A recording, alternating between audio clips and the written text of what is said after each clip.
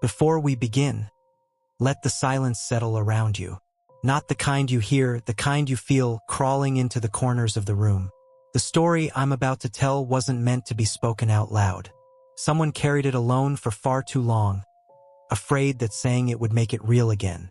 If a piece of their truth touches something you've kept buried, you can tell me in the comments.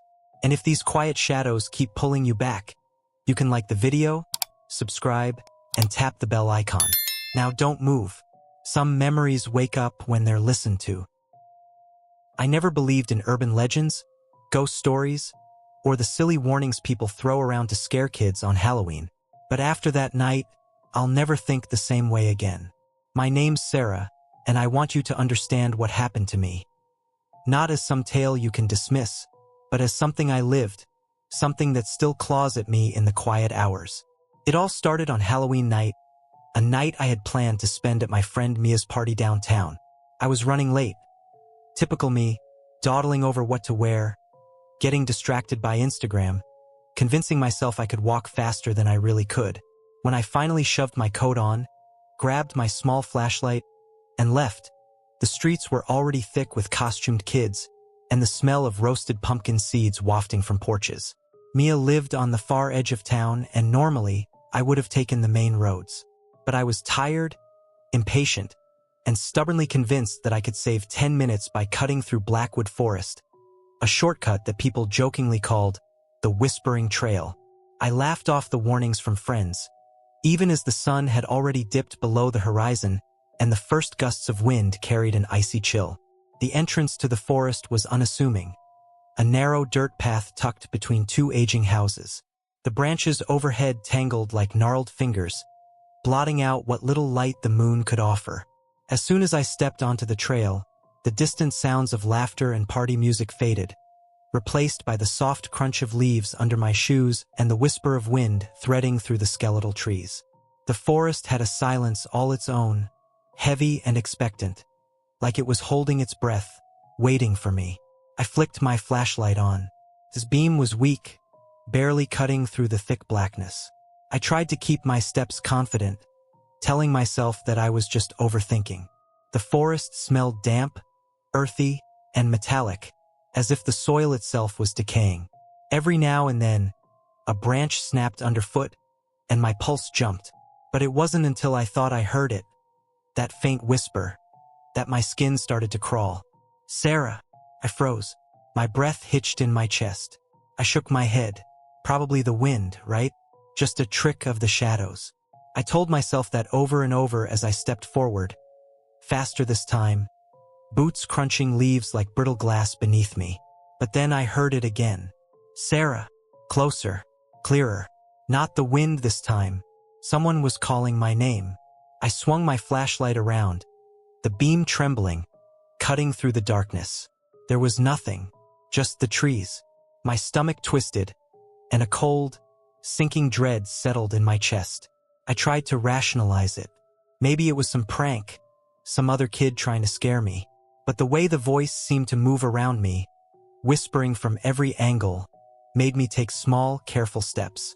I wanted to turn back, to run, but the thought of retracing my steps through the now unfamiliar path made me hesitate.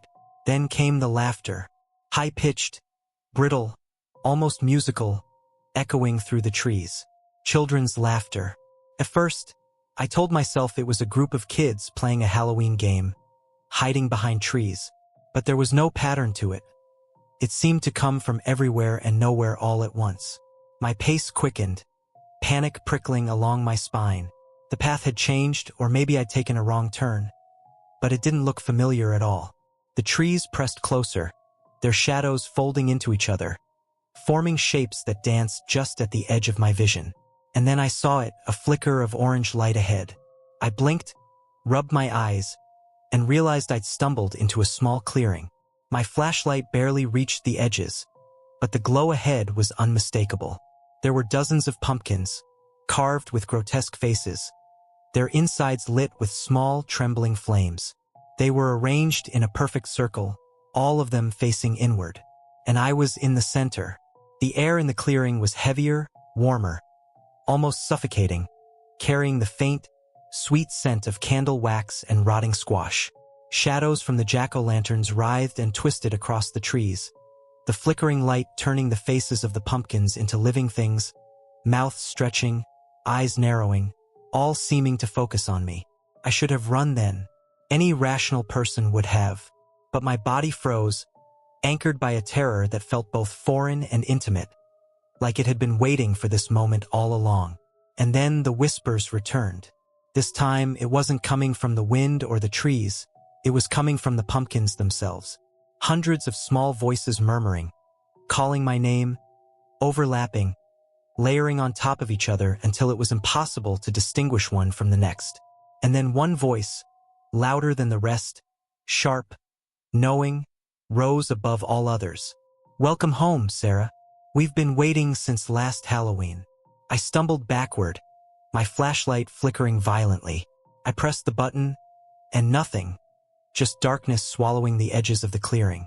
The pumpkin flames flickered as if mocking me, and for the first time, I realized the faces weren't just carved. They were screaming, twisting, their expressions alive in some terrible, impossible way. I screamed, a short, raw sound that bounced off the trees. My feet moved on their own, stepping backward, tripping over roots, the earth beneath me giving way with a wet, sucking sound. I tried to turn, to run back the way I had come, but the path had vanished. The forest had shifted. The trees pressed in closer, their branches like hands reaching for me.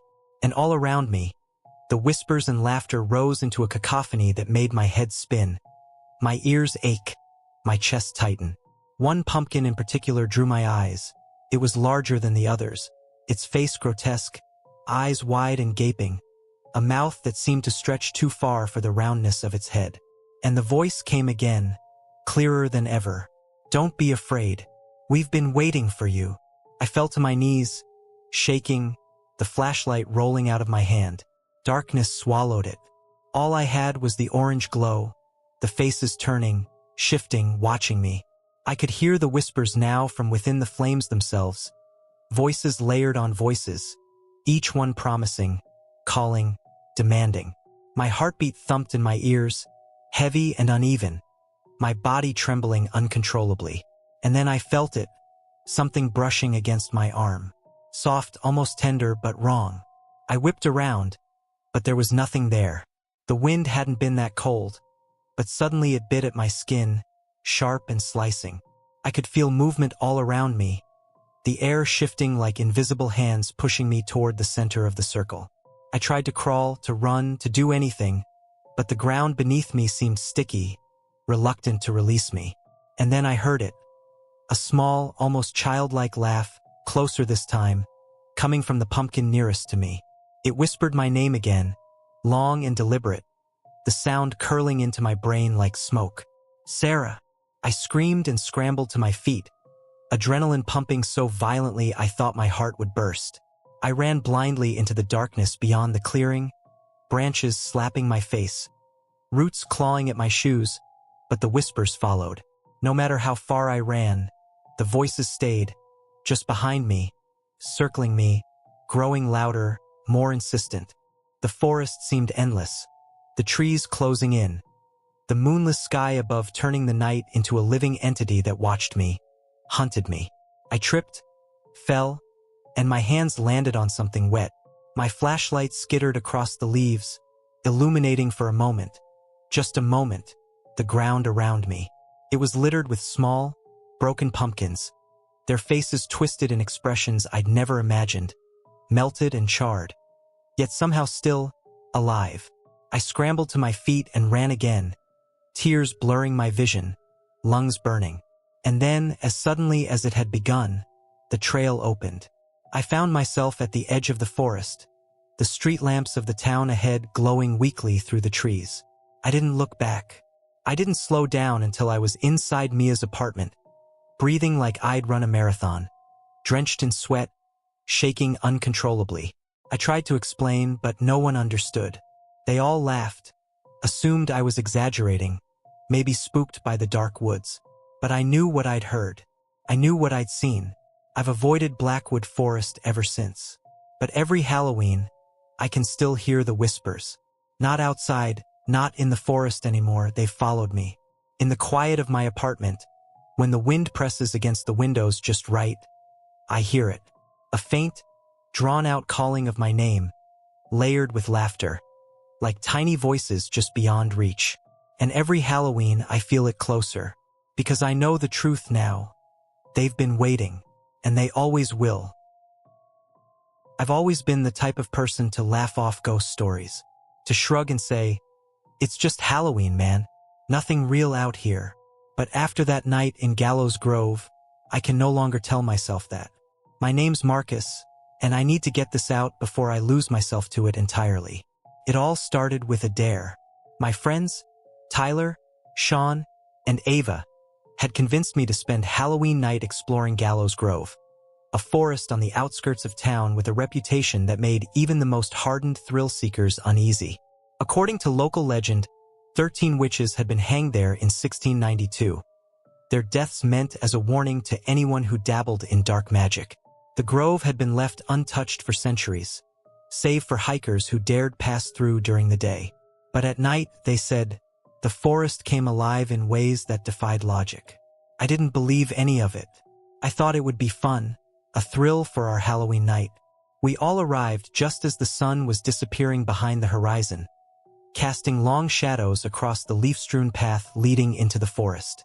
The air was crisp, biting at the exposed skin of my hands and face. I remember the smell of damp earth and decaying leaves. It was sharp, metallic, and sweet all at once, like something rotting just beneath the surface. "Bet you're gonna chicken out first?" Tyler teased, nudging my shoulder as we stepped onto the path. "Please," I scoffed, raising my flashlight like a sword. "You're the one trembling like a leaf."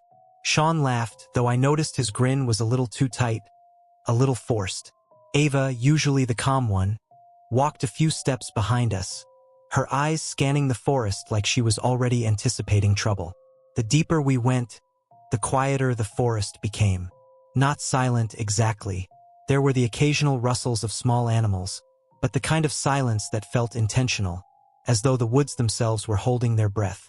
We told stories to keep the mood light, ghost stories we had read online or pulled from old books. We laughed at our own fear, each tale punctuated by nervous chuckles and the crunch of leaves underfoot. But the laughter never quite reached my eyes. There was something about the grove that felt wrong. About 40 minutes into our walk, we came across it, the massive oak tree. Even in the weak beam of my flashlight, it was impossible to miss.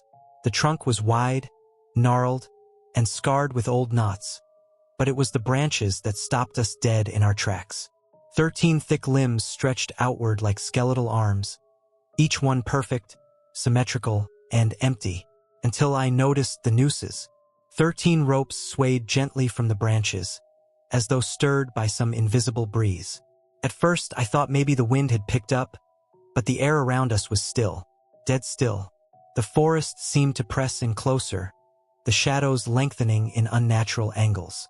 Ava whispered, barely audible, "Guys, this isn't funny." I laughed, though my voice sounded wrong to my own ears. Nervous. "It's just old ropes. Come on, don't tell me you're scared of a tree." But I couldn't shake the feeling that the ropes were watching me. That's when I stepped closer, trying to prove I wasn't afraid. My hand reached out toward one of the nooses, fingers trembling slightly as I brushed against the coarse hemp. The moment I made contact, everything changed. The ropes swung violently, as if a storm had blown through the grove in an instant. They creaked and groaned, moving in rhythm, creating a low, haunting chorus that echoed through the forest. I stumbled backward, heart hammering, but couldn't tear my eyes away. The temperature dropped suddenly, frost forming on the leaves, my breath rising in thick clouds. I could see my own fear in the fog, twisting in the air before me. And then the figures appeared. At first, it was subtle shadows curling in the nooses, but within moments, faces materialized, contorted in anguish, eyes wide and mouths frozen in silent screams. The faces were pale, stretched, hollow, human yet impossibly wrong. 13 figures, each swinging from their branch, heads tilting as they turned to look at us. And they weren't just looking, they were staring. I froze.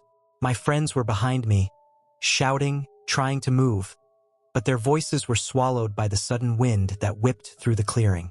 I could hear the rasp of rope against wood, the sighing of air, and beneath it all a low murmur, a chant almost rising from the figures themselves. Marcus, my name. Whispers carried through the grove, soft at first, then louder, more insistent. I looked at my friends, they were paralyzed too. Tyler's hand was outstretched, Sean's face pale, and Ava had sunk to her knees, whispering prayers under her breath. The nooses began to swing faster, violently, in perfect synchronization. I felt it then, an icy hand brushing against my spine. I tried to run, but my legs wouldn't respond. My boots were stuck to the frozen leaves, my body refusing to obey. The shadows in the nooses leaned closer, faces twisting in unnatural ways, eyes following me with impossible precision. And then one of them spoke. "You shouldn't have come back," it said, voice hollow, carried on the wind, echoing inside my skull. Another followed. "We've been waiting." It was like the air itself had thickened, each breath a struggle, every inhalation slicing my lungs with icy daggers.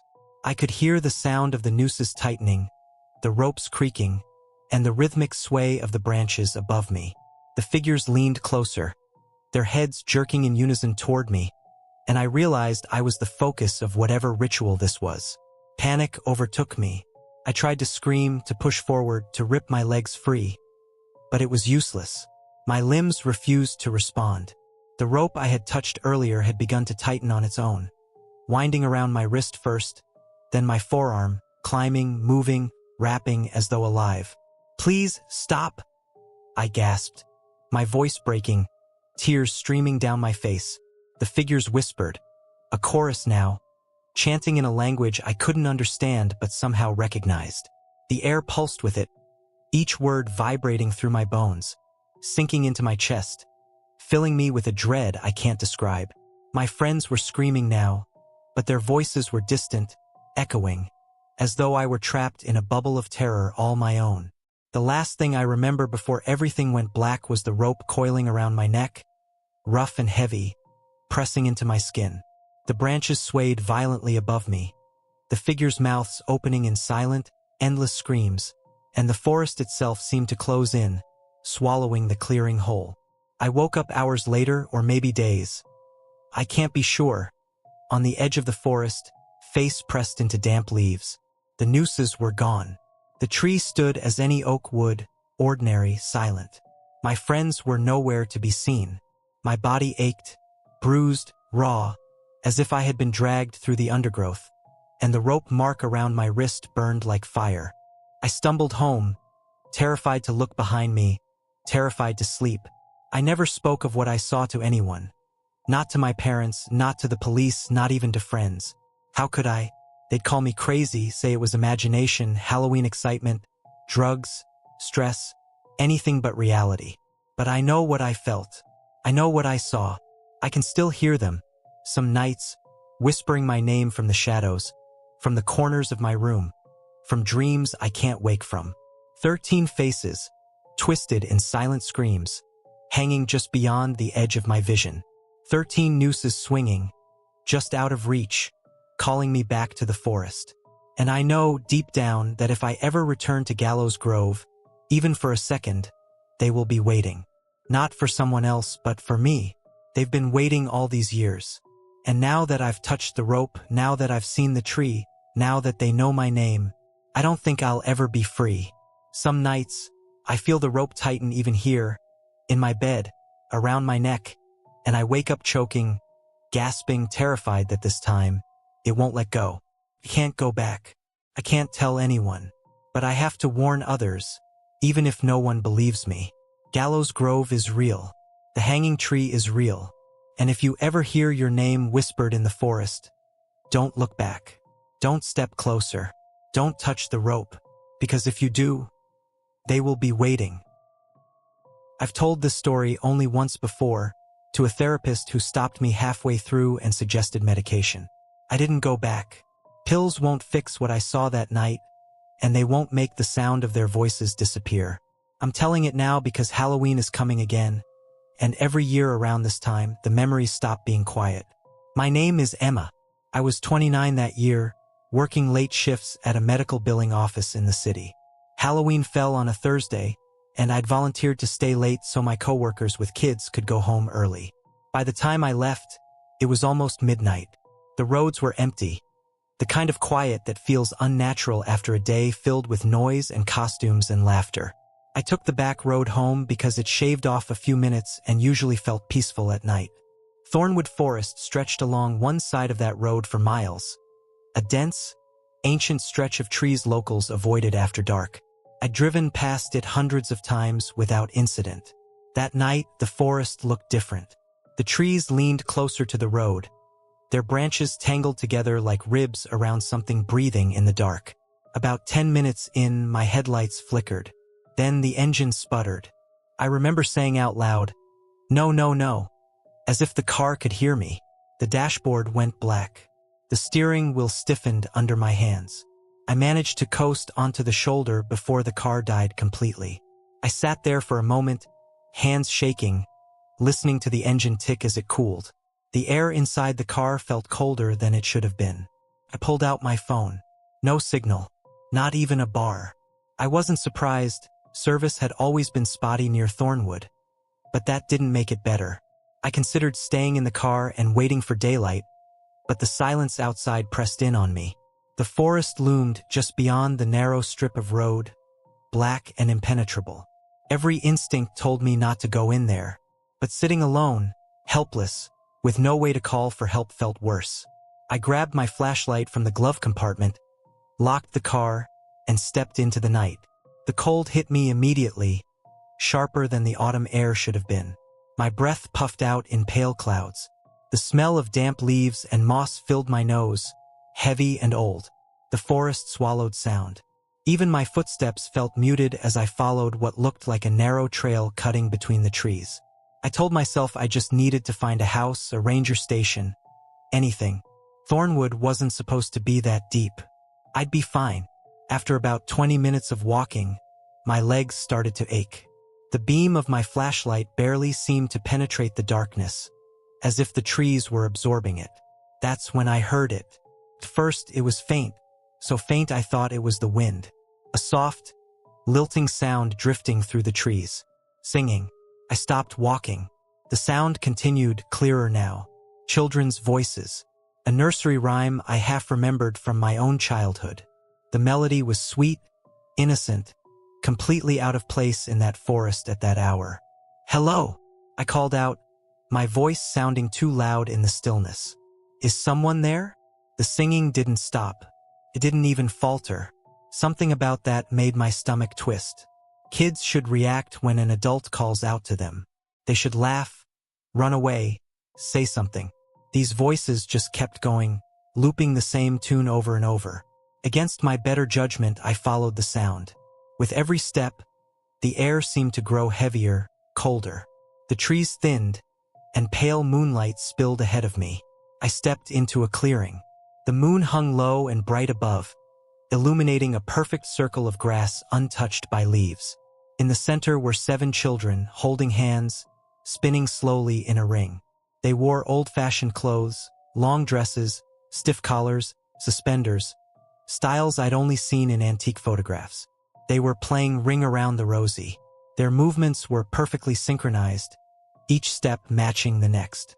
Their faces were blank, eyes unfocused, mouths moving in time with the song. They didn't look at me. They didn't look at anything. Relief washed over me at first. Real people. Children meant adults nearby. Houses. Help. "Hey!" I said gently, stepping closer. "I'm a little lost. Do you know where the nearest house is?" They didn't respond. Their song continued, the words looping back to the beginning without pause. I noticed then that their voices were slightly off. Not wrong exactly, just thin, hollow, like sound echoing through a long tunnel. I took another step closer, and that's when I noticed their feet. They weren't touching the ground.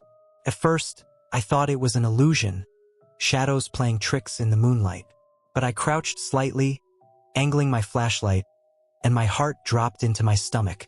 Each child hovered inches above the grass, toes dangling, casting faint, distorted shadows beneath them. The singing grew louder. The melody stretched, notes warping and bending in ways that made my head ache. The words blurred together, losing meaning, becoming something older, heavier. I tried to step back. My foot caught on something and I stumbled. The sound of my movement echoed unnaturally loud. The children stopped singing. They didn't stop moving. The circle continued to turn, but now all 7 heads turned toward me in unison. Their eyes were wrong. Too dark, too deep, like wells that swallowed light. "Please," I said, my voice trembling. "I just need help." Their mouths opened again, but the sound that came out wasn't singing anymore. It was a whisper layered over itself, 7 voices speaking as one. "Join us." The circle widened. Slowly, deliberately, the children drifted outward, their joined hands stretching the ring larger and larger. My chest tightened. I backed away, heart pounding, but the clearing seemed to shrink. Trees that had been at the edge now felt closer, closing in. I turned and ran. I didn't get far. The air in front of me rippled, and suddenly one of the children stood there, blocking my path. Then another, and another. They appeared without moving, without sound, just there. Their eyes were completely black now. No whites, no reflection, just endless dark. "Join us?" They whispered again, closer this time. I could feel their breath on my skin, cold as winter air. The ground beneath my feet felt soft, unstable, like it was giving way. The smell of rot filled my nose. The singing started again, louder than before, the melody twisting into something that scraped against my ears. It no longer sounded like children at all. It sounded ancient, hungry. The circle closed around me. Hands brushed my arms, my shoulders, my hair. Their touch was freezing, numbing, like pressing skin against ice. I screamed, thrashing, but every direction I turned, there they were, floating, watching, waiting. I don't know what saved me. Maybe instinct, maybe luck, maybe something didn't want me yet. I fell hard. My flashlight hit the ground and rolled, its beam cutting across the clearing. For just a second, the light caught their faces fully. They weren't children. Their skin was stretched thin over sharp, inhuman features. Their mouths were too wide, their teeth too many. Their eyes were pits, endless and deep, reflecting something that wasn't the moon. I blacked out. When I woke up, I was lying beside the road. Dawn was breaking, pale light filtering through the trees. My car sat a few yards away, silent and intact. The engine started on the first try.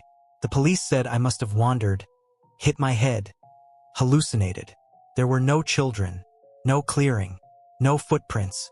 But every Halloween night since, I hear them. Sometimes from the edge of the woods, sometimes from my dreams. The same song, the same voices, and sometimes when I'm very still, I feel the circle widening, waiting for me to step back in. I never thought I'd be the type to survive something like this. My name is Alex, and for a long time, I thought the stories of Deadwood Forest were just local legend. Ghost stories college students told to scare themselves on Halloween. But those stories are real. Every warning, every whisper, every "don't go there." They're true. I survived that night, but Tyler and Marissa, they didn't. Or maybe they did, but not in the way we'd ever call living. It all started as a dare. We were sitting around in Marissa's apartment, the night thick with rain and the scent of wet leaves carried through the cracked open window. Tyler, ever the thrill-seeker, brought it up. "Deadwood," he said, eyes glinting. "They say 13 trees mark the boundary between the living and something else. I say we go. Tonight." Marissa and I exchanged a look. She hesitated. "It's probably just carvings, Alex. People get bored and make stories." I laughed, nervously, because even I wasn't convinced. But Tyler pushed it, and before long, the 3 of us were in his beat-up Jeep, headlights cutting through sheets of rain and darkness, heading toward the forest. By the time we reached the edge of Deadwood, the rain had stopped, but the forest hung heavy with mist. The air was cold, damp, and smelled of decayed leaves and wet bark. A low fog hugged the ground, curling between the tree trunks like something alive. I felt a shiver that had nothing to do with the chill. Something about the forest was wrong. Tyler laughed. Scared already? We haven't even started. Marissa and I followed him off the path, flashlights sweeping across the twisted trunks and gnarled roots. It didn't take long to find them, the 13 marked trees. The clearing they formed was barren, as though life itself refused to grow there. Each tree bore a symbol carved deep into the bark, glowing faintly with a sickly green light.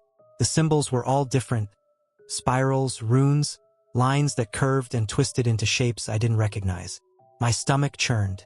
Even from the edge of the circle, I could feel something pressing in, a low hum that vibrated through my chest. Tyler didn't hesitate. He walked straight to the nearest tree, knife in hand. "I'm carving my initials," he said with a grin, completely ignoring the uneasy feeling that had settled over me. Marissa grabbed my arm. "Alex, we shouldn't." Too late. Tyler dug the knife into the bark. There was a sharp tearing sound, the smell of raw wood and sap filling the air. And then everything stopped.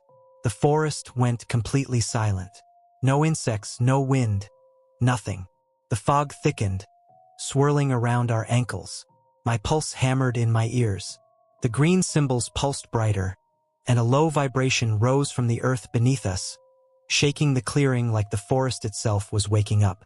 Then the ground inside the circle cracked. It started small, a jagged split between the roots of two trees.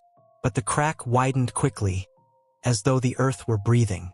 A black pit yawned below us, depths disappearing into an impossible darkness. From it came a sound that froze me in place. A sound like 1,000 voices screaming at once, voices of agony and rage layered over one another in a way that made my bones ache. Tyler's arm, the one holding the knife, was changing.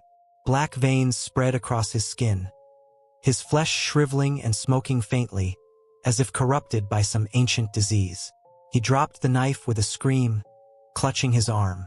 "Alex, help me!" he yelled, terror raw in his voice. I reached for him, but Marissa grabbed my shoulder. "Don't! It's contagious. Don't touch him." I didn't understand what she meant, but instinct told me to step back. The trees began to move, slowly at first, then faster. Their trunks bent inward, branches like gnarled hands reaching toward us. Each one creaked as if alive, the sound of ancient wood straining echoing in the clearing. The fog inside the circle swirled, rising like smoke. Faces began to appear within it, dark, shadowy, twisted shapes that didn't belong to anything human. They pressed against the edges of the fog, watching, waiting. "Run!" I screamed. We turned, trying to escape the circle, but the forest had changed. Every direction led us back to the same clearing. It was impossible. The trees weren't just trees anymore. They were barriers herding us, corralling us into the center. Tyler's screams grew frantic. I could see the veins creeping up his shoulder, black spreading like ink. His fingers clawed at the air as if trying to hold on to something. Marissa grabbed my hand. "We have to get out. Now!" We ran blindly, stepping over roots and under low branches. But the fog followed, curling around our legs, climbing up our bodies, cold and wet. Every step I took, the forest seemed to shift, bending the paths back toward the circle. Then the pit spoke, not with words, but a sound inside my mind, a deep, guttural resonance. "Join us. Belong. Forever." It vibrated through my chest, in sync with the pulsing of the green symbols. I staggered, trying to fight it, but my legs felt heavy, weighted. The voices from the pit rose to a deafening crescendo, thousands of screams layered over each other, echoing in the trees, vibrating my teeth. Tyler screamed again, falling to his knees.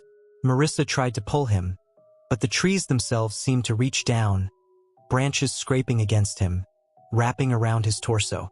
His arm, the one blackened and withered, clawed at the air, then went limp. He vanished into the fog with a wet, sucking sound, like the earth itself had swallowed him. I bolted. Adrenaline took over, and I ran blindly, branches lashing at my face, roots cutting into my feet. The clearing never got smaller or larger. It was always there, no matter how far I ran. Marissa was beside me for a moment, screaming. Then the fog claimed her too. I watched as her hands reached out, grasping, before she disappeared into the swirling darkness. Her scream faded into a hollow, echoing noise, like something was mocking her. I ran alone then. I don't know how long I ran. Hours? Minutes? It felt like days compressed into a single, endless moment. The forest twisted around me, paths looping, the green glow of the symbols always in sight no matter where I turned. And always the voices that weren't voices, whispering inside my skull, chanting in languages I could never understand. Eventually, exhaustion took over. I collapsed against the trunk of a tree, panting, trembling. The fog had thinned slightly, and for a moment, I thought I had found a way out. But the forest didn't let me go. Something inside the fog watched, patient, waiting. I don't know how I got out. 1 second I was surrounded, and the next I was at the edge of the forest, the dawn breaking over the horizon. My legs were scraped, my clothes torn, and my skin was covered in cuts and mud. But I was alive. Tyler and Marissa were gone. The police searched for weeks. No trace of them, no footprints, nothing except for the faint green glow of the symbols on the bark in photographs I took before the terror began. They said they were probably runaways, maybe they just disappeared somewhere else. But I know the truth. I know what I saw. Deadwood Forest still waits. The 13 marked trees still stand, glowing faintly, pulsing with that sickly green light. Every Halloween, I dream of the pit, the voices, the branches reaching for me. I wake up with my hands blackened, or sometimes the faint smell of wet wood and decay clinging to my skin. And I know they are still there, waiting for the next foolhardy soul to carve their initials into the wrong tree, to awaken what sleeps beneath the circle. I survived, yes, but the forest took pieces of my friends, and it took something from me too.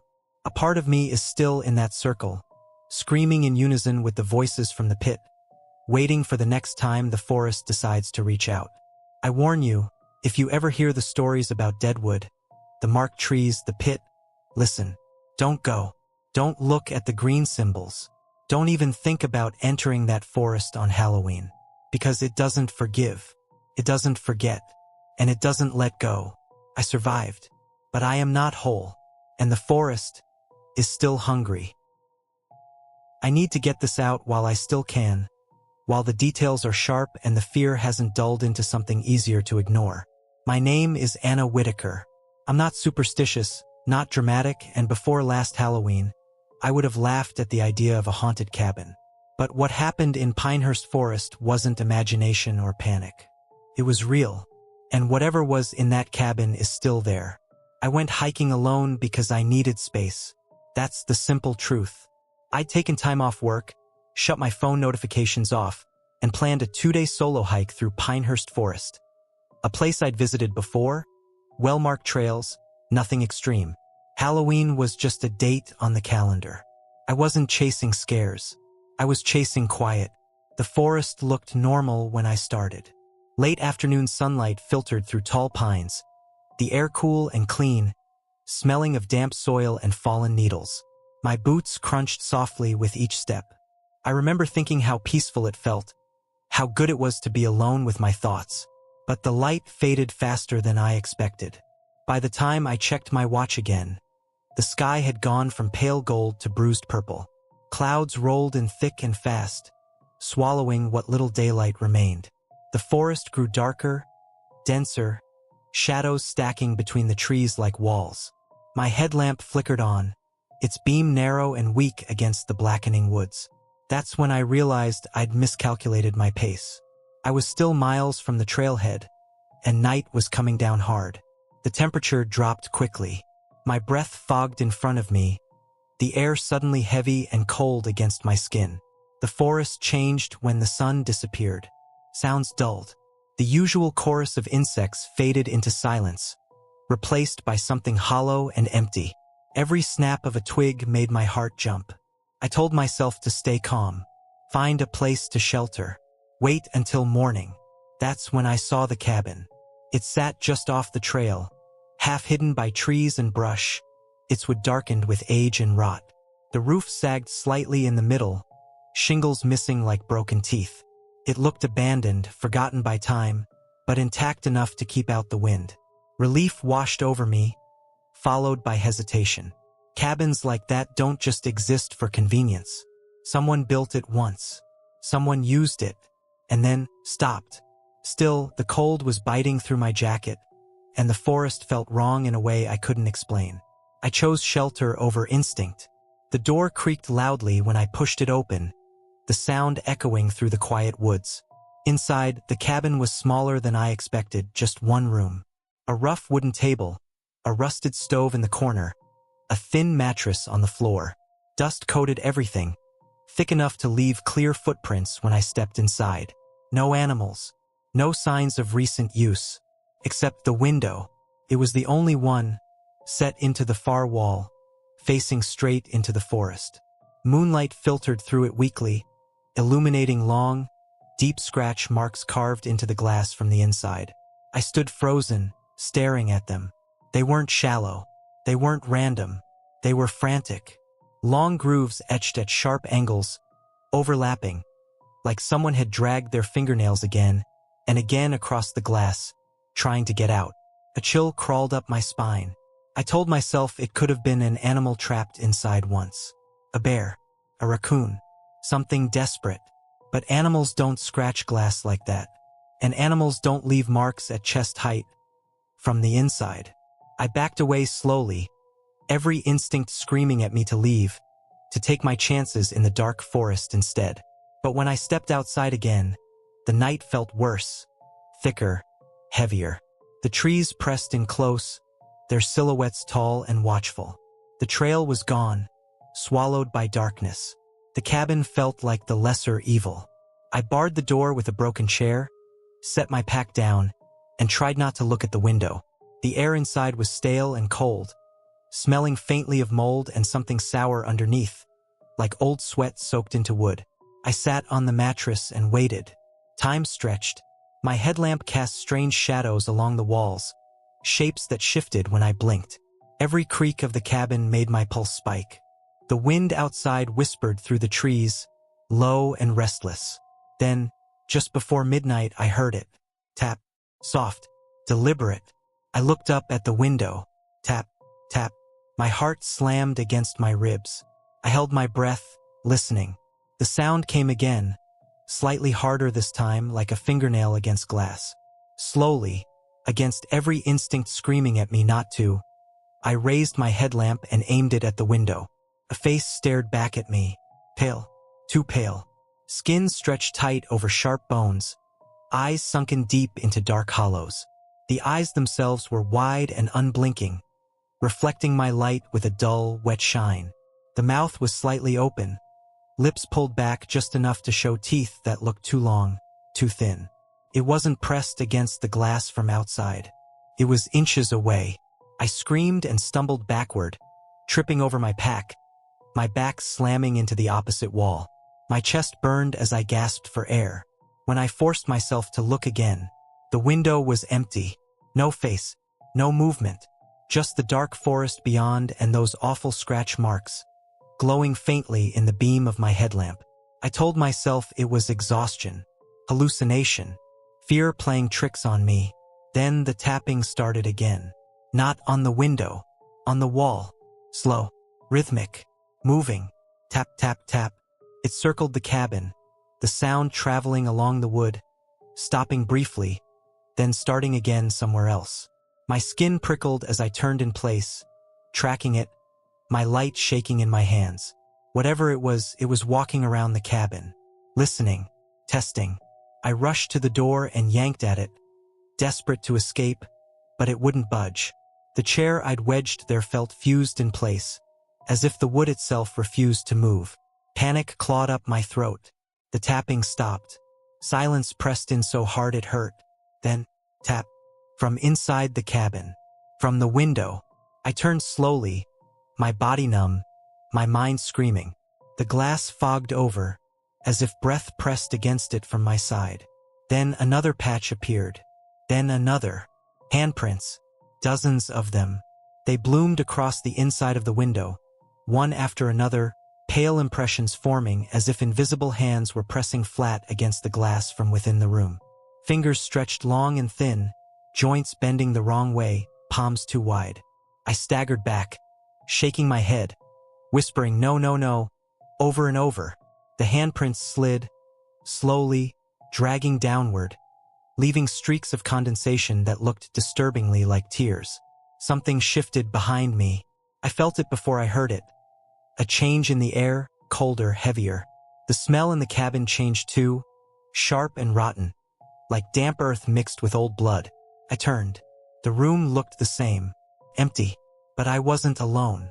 The scratching started again, this time from the walls themselves, nails dragging across wood from the inside, just beneath the surface. The boards flexed slightly, bulging outward, as if something beneath them was pressing to get through. The mattress sank under invisible weight. I screamed again, stumbling away, my back hitting the window hard enough to knock the breath from my lungs. The handprints surged, pressing harder, the glass creaking but not breaking. The door rattled violently. I ran to it, throwing my weight against it, sobbing, screaming, begging, but it wouldn't open. The cabin groaned around me, wood cracking, nails squealing as if being pulled from inside. The scratching grew frantic. Then I heard breathing, right behind my ear. Slow, wet, hungry. I didn't turn, couldn't. Every nerve in my body screamed that if I looked, if I acknowledged it, something final would happen.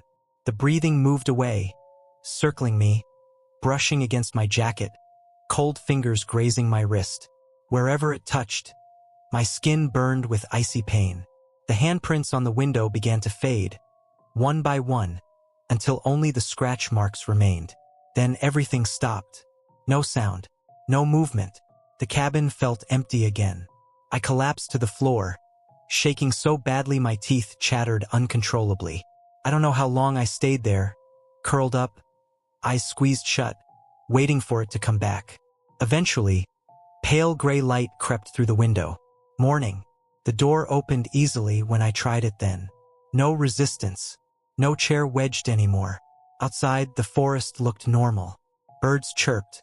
Sunlight filtered through the trees. The cabin looked old and empty, just a forgotten structure rotting quietly in the woods. I ran. I didn't stop until I reached the trailhead, until I saw my car, until I was surrounded by other people. I reported the cabin to the park rangers. They told me there was no cabin marked in that area. Search teams found nothing. No structure, no window, no scratch marks. But sometimes, late at night, I wake up to the sound of tapping on my bedroom window. And when I check the glass in the morning, there are handprints on the inside. I can't remember exactly when the fear began, only that it was immediate, primal, and all-consuming. My name is Greg Bennett, and I was a thrill seeker and a content creator. My channel specialized in urban exploration and ghost hunting, and last Halloween, I made a decision that I will regret for the rest of my life. Shadow Pine Forest. That was the place. I had read every local legend, every online warning. The residents of Ashford were uniform in their advice. Do not enter Shadow Pine after dark. If you value your life, stay away. But for me, that was part of the thrill. The danger, the unknown, the perfect story for my audience. The idea of sneaking into a place steeped in centuries-old lore, filming it, coming back with footage no one else had, it was irresistible. I arrived at the forest's edge just before midnight. The full moon was hidden behind ragged clouds, but the faint silver glow gave the world a muted, eerie hue. My car was parked on the side of a forgotten dirt road, its engine still warm. I grabbed my camera, backpack, and flashlight, checking the gear one last time. I felt a twinge of unease, the kind that makes your stomach tighten and your throat dry, but I ignored it. Adventure didn't wait for nerves. The forest swallowed me the moment I stepped under the first arching pines. Shadows coiled around the trunks like living things, and the scent of damp earth and decaying leaves filled my nose. The ground was soft, muffling my steps, but it didn't drown out the sounds of the forest. The distant rustle of leaves, the groan of old branches, the occasional snap of twigs under the weight of unseen animals. I set the camera on, narrating softly. Shadow Pine Forest. Midnight. All warnings ignored. Let's see what's really here. My voice cracked slightly. Even I could hear the tension threading through it. The deeper I went, the quieter it became. Not normal quiet, but the kind of silence that feels deliberate, like the forest itself is holding its breath. That's when I heard it. A horn. Low, resonant, echoing across the trees. Not like a car horn, not like a trumpet. A deep hunting horn, long and ancient, vibrating in the air with a tone that seemed to rattle the bones. I froze, my hand tightening on the camera. Then came another sound, baying hounds. First, I laughed nervously. Probably some locals messing around, I muttered. But the sound wasn't playful. It was urgent, predatory. They were close, too close. The horn sounded again, louder, and then I heard the thunder of hooves. Too fast, too heavy to be ordinary horses. My stomach dropped as movement caught my eye through the trees. Shapes emerging, riding toward me. Figures dressed in medieval hunting attire, cloaks torn and darkened, their faces hidden behind skeletal masks. Their horses were massive, unnatural, their eyes glowing a hellish red. And the hounds, their eyes burned with the same unnatural fire. They moved as one, silent and coordinated, their teeth bared in what felt like sinister anticipation. I tried to speak. My voice failed. My legs refused to obey reason.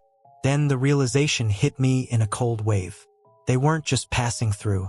They were hunting me. I turned and ran. Every instinct screamed at me to move faster. Yet the forest seemed to change with every step. Paths I thought I knew twisted into new directions. Trees that had been far apart now formed walls. Every branch seemed to claw at my clothes, snagging my backpack, slowing me down. Behind me, the hounds were relentless, their baying louder, closer.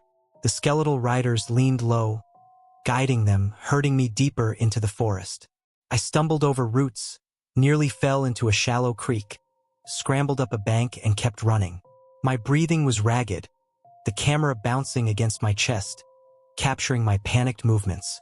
Through the lens, I could see them. Red eyes glowing between the trees, hooves hitting the ground with unnatural speed. I tried to shout, to warn them away, but my voice was swallowed by the trees. The forest itself seemed to pulse with malevolence, alive and aware.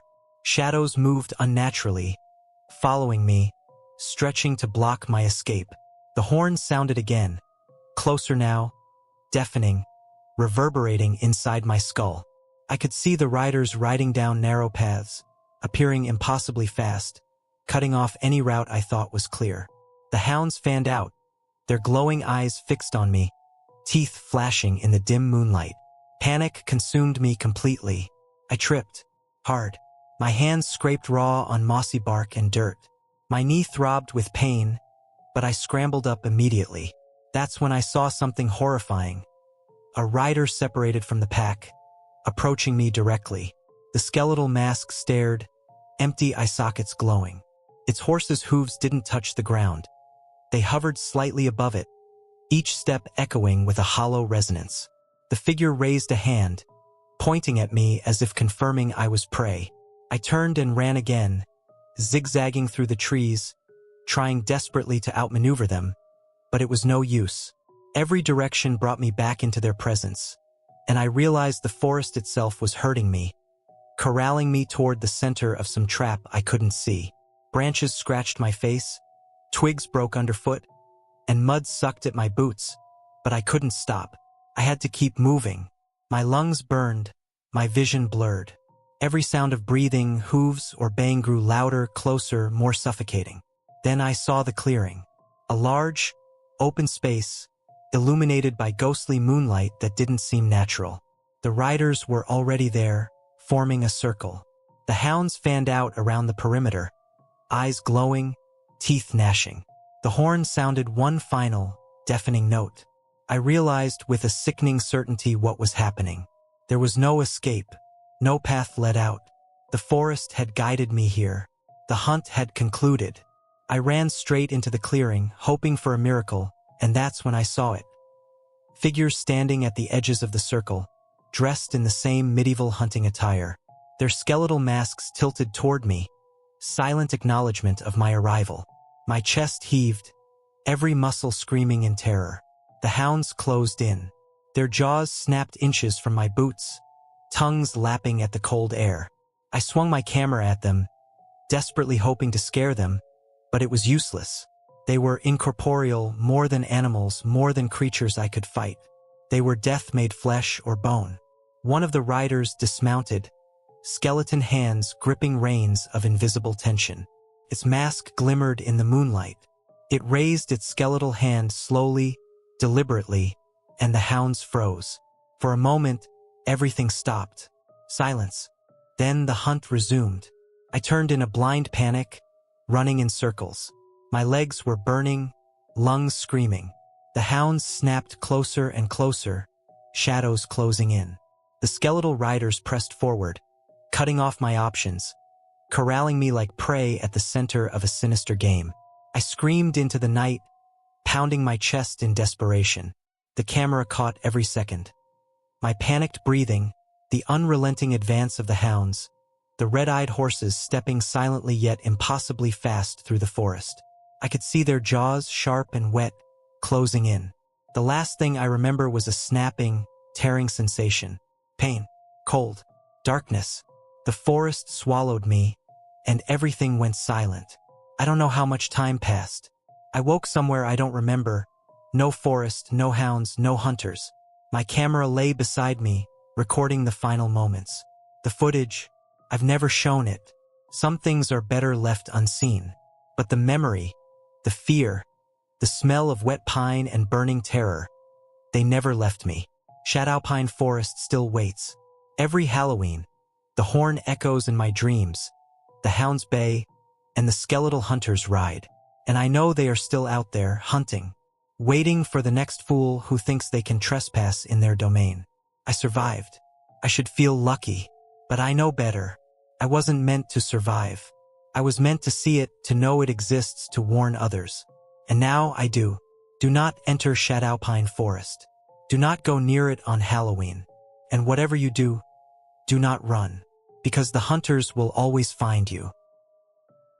I can still feel it, the tugging at my ankles, the smell of wet earth, the chorus of voices whispering my name long after I escaped.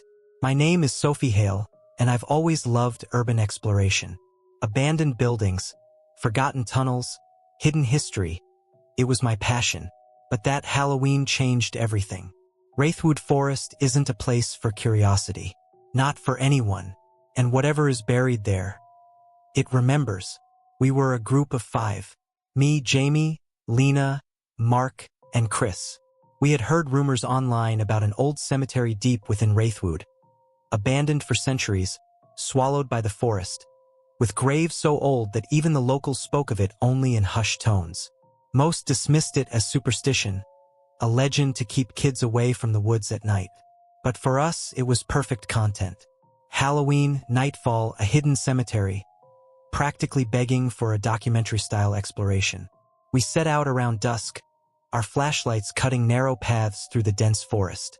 The trees were tall and knotted, their branches twisting over the trail, blocking out the remaining light. Moss clung to the bark, and the ground was littered with old leaves, wet and decomposing. The air smelled of damp earth and decay. It was silent, too silent, the kind of silence that presses against your eardrums and makes your own breathing sound too loud. The path grew narrower as we went deeper. Every step felt like a descent, as if the forest itself was pulling us toward something, a place we weren't meant to find. The rumors hadn't mentioned the cemetery's exact location. No map existed, but we didn't need one. I could feel it calling. When we finally stumbled into a clearing, it took my breath away. Or maybe it stole it from me. The cemetery was smaller than we imagined, overgrown with centuries of neglect. Twisted roots broke through the earth like fingers reaching for the surface, coiling around old coffins and sinking into crumbling tombstones. Moss covered everything in a thick, damp blanket, and the few headstones that remained were etched with names almost worn away by time. The trees surrounding the clearing were impossibly tall, their roots sprawling outward, intertwining, forming natural barricades around the graves. I knelt down near one of the larger root systems. It was thick, gnarled, and pulsing faintly under my touch. I could feel a strange energy, a subtle vibration, like the roots themselves were alive. I brushed away some of the moss and dirt, exposing the top of an ancient coffin. That's when I heard it. A whisper. "Release us." First, I froze. My heart pounded so hard I thought the others might hear it from across the clearing. "Did you hear that?" I asked, my voice shaking. Jamie leaned closer, peering at the roots. "Hear what?" I swallowed hard. I think," someone said, "release us." There was a pause, an almost imperceptible ripple through the air, like the forest itself was listening. Then the roots twitched. First, I thought it was my imagination. But when I tried to stand, the roots coiled around my ankles. Not loosely, not like a vine brushing against my skin, but tight, cold, unyielding, and moving with deliberate force. My legs screamed in pain as the roots tightened and pulled me downward. "Sophie!" Lena yelled, rushing toward me. I tried to kick free, but the ground beneath me seemed to soften and shift. The roots had a strength beyond reason, and the soil itself was turning into something wet, pliable, and alive. I could feel my shoes sticking, roots crawling up over my boots, crawling over my shins. "Grab her!" Mark shouted, but the moment Jamie reached for my arm, a root lashed out, wrapping around his wrist like a serpent. The others screamed as more roots burst from the ground, grabbing at anyone who approached. It wasn't just me. The roots were defending something buried beneath us. The whispers multiplied, forming a chorus. They were desperate, pleading, angry. "Release us. Free us. Let us go." The sound made my teeth ache. It came from everywhere and nowhere at once, vibrating through the ground, the trees, even the air around us. My vision blurred, tears streaming down my face as I struggled against the roots. I could see glimpses of hands through the cracked earth, rotting, skeletal hands clawing upward from beneath the soil, reaching for freedom that had been denied for centuries. "Run!" Chris screamed, dragging Lena away, but I couldn't move. I was trapped, suspended between the living and the dead, held by the memory of something that refused to rest. The forest shook violently. Trees bent and twisted, roots writhing like snakes, pulling at the earth with impossible force. Every breath I took was wet and earthy, smelling of decay and rot, filling my lungs with the stench of the dead. I could feel the ground pulsing beneath me, like a heartbeat that belonged to something older than memory. The whispering voices grew louder, overlapping, merging into a single, cacophonous wail. We were buried. We were forgotten. We were left to rot. The sound was deafening. My ears rang, and my vision tunneled to the ground beneath me. One root coiled around my waist, lifting me slightly off the ground. The air rushed out of me, my stomach heaving as the roots began to drag me toward a cracked, yawning hole in the earth. I screamed, my hands clawing at dirt and bark, but the roots were relentless. They moved with intelligence, like predators guiding their prey to the kill. I caught sight of my friends in the clearing, frozen in terror. They were powerless, paralyzed by fear, unable to approach without being ensnared themselves. Their screams echoed in the chaos, blending with the whispers from beneath. The hole widened, revealing glimpses of what lay below. Coffins, rotted and broken, with skeletal remains intertwined in the roots. Faces long forgotten stared up at me, eyes hollow, mouths open in silent screams. Some hands reached for me as the roots dragged me closer, fingers curling with unnatural strength. The earth itself seemed alive, pulsating with hunger. "Help me!" I screamed, thrashing. The roots tightened, biting into my skin. Pain seared through my legs and arms. My camera fell from my shoulder, landing in the dirt with a dull thud, capturing only glimpses of writhing roots and the shadowed faces of the forest. Time blurred. Minutes, hours, I couldn't tell. The world became a mix of wet soil, gnarled roots, and voices. The whispers became shouts. The shouts became screams. And through it all, I felt the pull of the earth inexorable, dragging me down toward something that had waited centuries for release. Then, some instinct, some last ounce of human will, I kicked hard. One root snapped under the force of my struggle, and I rolled, sliding across the damp earth. I caught hold of a fallen branch and swung it, cutting a few roots that had coiled around my torso. It wasn't enough, but it bought me a moment. I looked up and saw my friends fleeing. Mark had dragged Lena by the arm. Chris was running beside them, Jamie limping but moving. I tried to follow, but the roots weren't done with me. A thick, enormous root shot out from the ground, wrapping around my ankle, pulling me back. My hands clawed at the soil, nails breaking, dirt under my fingernails. But the earth didn't want to let me go. The whispers intensified. Join us. Remember us. Stay with us. I fought with everything I had left. Pain exploded in my legs and back. My chest burned with the effort of screaming, crying, and pulling against an enemy that wasn't entirely alive, not entirely dead. And then I felt it, something beneath me shifting.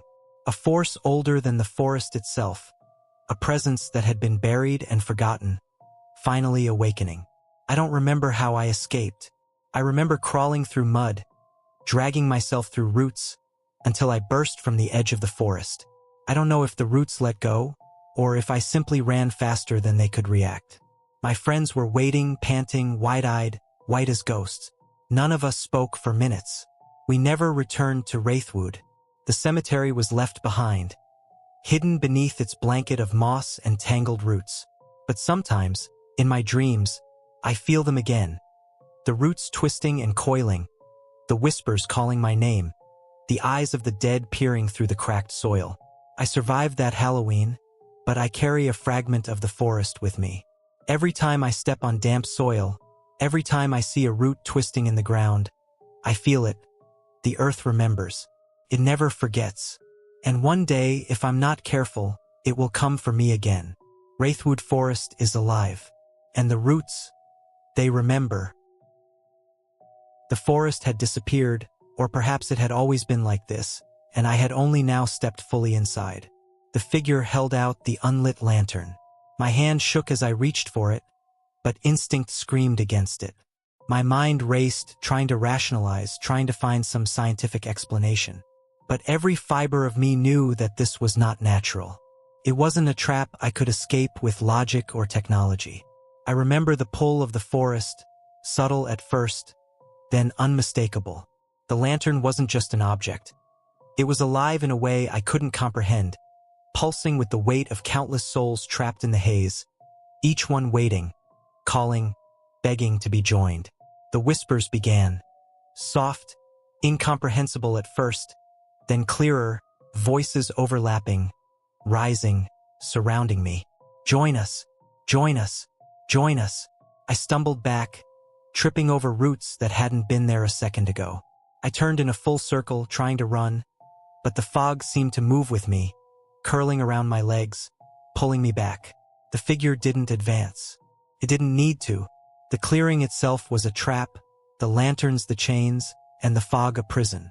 My camera slipped from my hands, falling into the wet leaves. I picked it up, hands shaking, recording everything, the red blinking light capturing what I would never be able to fully explain. The figure's voice returned. One lantern for every soul who followed. Light yours, or remain forever lost. I looked down at the lantern it offered. It was old, corroded, but the flame inside was already faintly flickering, as if impatient. The longer I hesitated, the more the whispers grew into a roar, the voices pressing into my skull like 1,000 fingers. My chest burned with panic, and I felt my knees weaken. Then I realized I couldn't go back. The path behind me was gone. No footprints, no trail, no memory of where I had entered. The forest had closed around me. Only the lanterns and the figure remained. I backed away, tripping over roots, but the figure didn't move. It simply waited. The air seemed to thicken, heavy with cold and expectation. I tried to shout, to demand it leave me alone, but my voice dissolved into the night, unheard, swallowed by the forest itself. In a moment of desperation, I ran, darting through the fog, hoping to break free, to find some angle, some gap. But the lantern swayed ahead of me, always just out of reach, guiding me, leading me, corralling me like prey. The whispers followed, growing louder, desperate, pleading, insistent. I stumbled into another smaller clearing. There was nothing. No trees, no lanterns, just dark, stretching emptiness. And yet the figure was there, always there, holding out the lantern, waiting. I could feel it watching, judging, deciding. My hands shook violently as I considered my options. Logic told me to refuse, to run. Instinct told me to flee, to resist. But every step I took, the forest itself seemed to shift, moving with purpose. I realized then that resistance was pointless. This wasn't a place to escape, it was a place to submit or vanish. I fell to my knees, staring at the lantern. Its flame flickered against the shadows of my face, casting twisted forms across the ground. I thought about turning away, running into the blackness, but my body refused. I was frozen by fear, by the pull of something I could not comprehend, by the voices of countless souls, all waiting. And then the whisper returned, clearer than ever. Light it, or stay lost forever. I don't remember what happened next.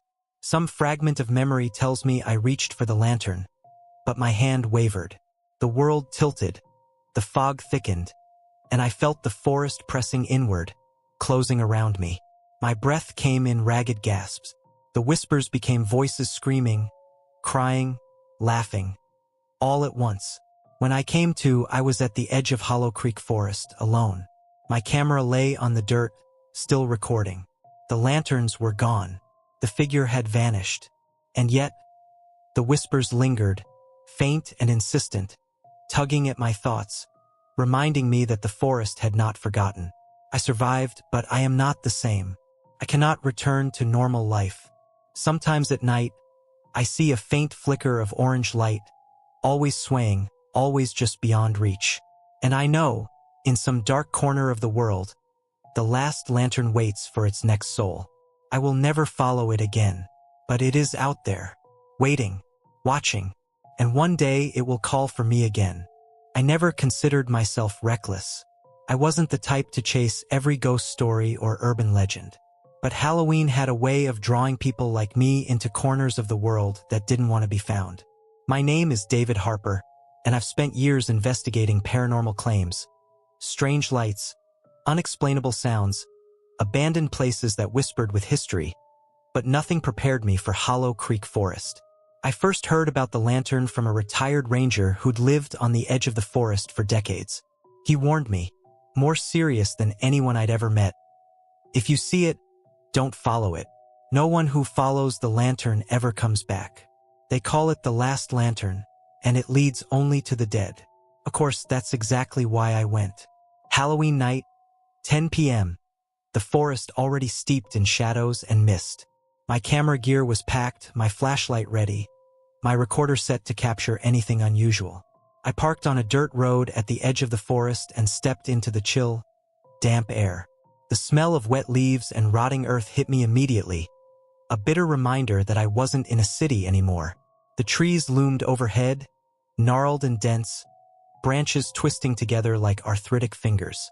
I kept moving, my boots crunching softly on the leaf-strewn path, my breath forming clouds in the freezing air. Somewhere in the distance, I heard the low hum of wind through the treetops, but no wildlife. No owls, no insects, no rustling of squirrels or foxes. The silence was oppressive, pressing against my ears. And then I saw it. A flicker of orange light, soft and wavering, hanging from a low branch about 20 feet ahead. At first, I thought it was a reflection or a trick of the mist, but as I approached, I realized it was a lantern. A rusted old oil lamp, swinging gently despite the lack of wind. Its flame burned with a ghostly flicker, casting long, warped shadows on the forest floor. I froze. There was a part of me that screamed to turn back, that remembered the ranger's warning. But curiosity, or perhaps arrogance, overpowered fear. I pulled out my camera, recording as I took careful steps forward. The lantern moved, not by the wind, not by natural force. It drifted ahead of me, always just out of reach, teasing, beckoning. My pulse spiked. Every logical thought told me to stop, but I followed, driven by the compulsion that comes from legends too potent to ignore. The forest changed as I walked. The trees grew taller, older, twisted in impossible ways, their bark slick with moss and moisture. The air grew colder, turning my breath into thick clouds. The forest floor became uneven, tangled with roots that seemed almost alive. Every step I took, the lantern swayed ahead of me, guiding me further, deeper, and farther from anything familiar. Minutes blurred into hours. I lost track of time, though my watch said barely an hour had passed. The silence around me was broken only by the soft flickering of the lantern and the occasional crack of a branch under my boots. Shadows moved at the edges of my vision, just beyond the reach of my flashlight. I told myself it was my imagination, yet the hair on my arms and neck stood on end. Then I noticed the fog. It wasn't like normal forest mist. It was thick, almost tangible, curling around my ankles and rising in slow waves. My legs shivered as the cold seeped through my pants. The lantern's light glowed brighter against the fog, illuminating shapes in the distance. Shapes that weren't there a moment ago. Finally, I stumbled into a clearing and I stopped dead. Hundreds of lanterns hung from every tree, swaying gently as though breathing. The light was pale and spectral, casting the entire clearing in an ethereal glow that was too bright to be natural, too cold to feel warm. Shadows danced across the trees, twisting in impossible ways. The air smelled metallic, like blood, mixed with smoke and wet earth. And there, in the center, stood a figure cloaked in shadows. I couldn't make out details, only the outline. Tall, impossibly still, holding a fresh, unlit lantern in its hands. The figure didn't move, yet I felt it watching me. Its presence pressed against my chest, heavy and inescapable. "David?" The voice was soft, like wind moving through dry leaves, scraping against my ears and crawling under my skin. My hair stood on end. "One lantern for every soul who followed. Light yours and join us. Refuse, and you will never find your way back." My pulse slammed in my chest. I looked behind me, hoping for the faint trace of a path, some clue that escape was possible. Nothing. Darkness pressed against the edge of the clearing, thick and infinite. Every direction led only to the shadows of trees, impossibly tall, twisting in ways that defied reason.